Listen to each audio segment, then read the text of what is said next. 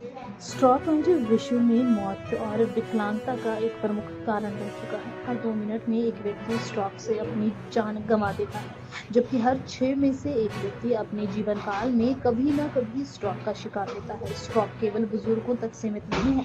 लगभग 15 से 20% स्ट्रोक के मामले 40 वर्ष से कम आयु के लोगों में भी देखने को मिलते हैं।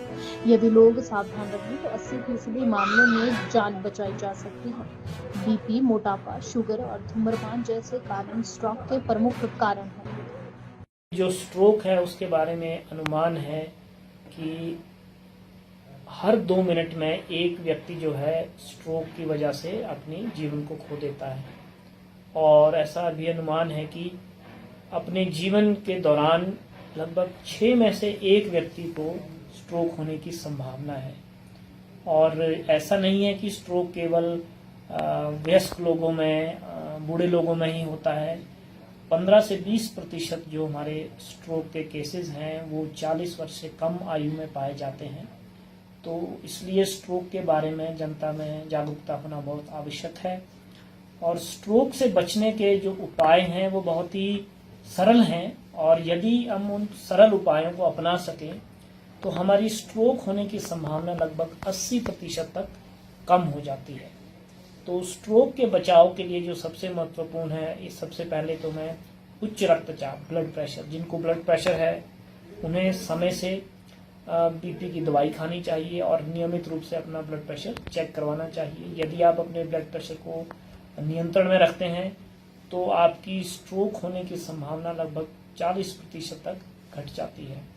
उसके अलावा मोटापा, वजन का अधिक होना, वो अनेक सी असंक्रामक बीमारियों की एक जड़ है, इसलिए उचित आहार और व्यायाम बहुत आवश्यक है। मधुमेह, डायबिटीज एक और कारण है जिससे स्ट्रोक होने की संभावना बढ़ जाती है। तो नियमित रूप से अपने शुगर की जांच करवाएं, और जिनको मधुमेह है वे नियमित रूप से इसका इलाज अपने चिकित्सक के परामर्श से लें। उसके अलावा धूम्रपान एक और कारण है जिसकी वजह से स्ट्रोक होने की संभावना बढ़ जाती है। और धूम्रपान न केवल स्ट्रोक बल्कि हृदय और हमारे किडनी, हमारे आईज, विभिन्न अंगों को प्रभावित करता है। इसलिए धूम्रपान से बचा जाए तो उससे भी हमारी स्ट्रोक होने की संभावना कम हो जाती है। तो ये कुछ कारण हैं और ये कुछ बचाव के साधन हैं जिनको यदि हम अपने जीवन में जिनका पालन करें तो हमारी स्ट्रोक होने की संभावना घट जाती है। डॉक्टर साहब, लक्षण क्या है स्ट्रोक के? अब यदि किसी को इस सब के बावजूद भी स्ट्रोक हो ही जाए तो कैसे पता करें? तो स्ट्रोक के लक्षणों में जो एक समानता है वो ये है कि स्ट्रोक के लक्षण हमेशा अचानक से होते हैं।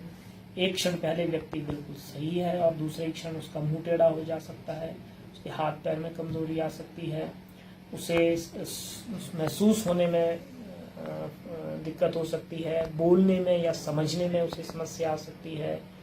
तो वैसे तो स्ट्रोक के लक्षण बहुत सारे हैं, परंतु जनसाधारण के लिए एक जो निमोनिक एक सूत्र जो बताया जाता है वो है फास्ट, जिसमें एफ फॉर फेस, मुंह का अचानक टेढ़ा हो जाना, ए फॉर आर्म, अचानक से हाथ या पैर में कमजोरी आना, एस फॉर स्पीच, बोलने या समझने में समस्या आना, और टी फॉर टाइम।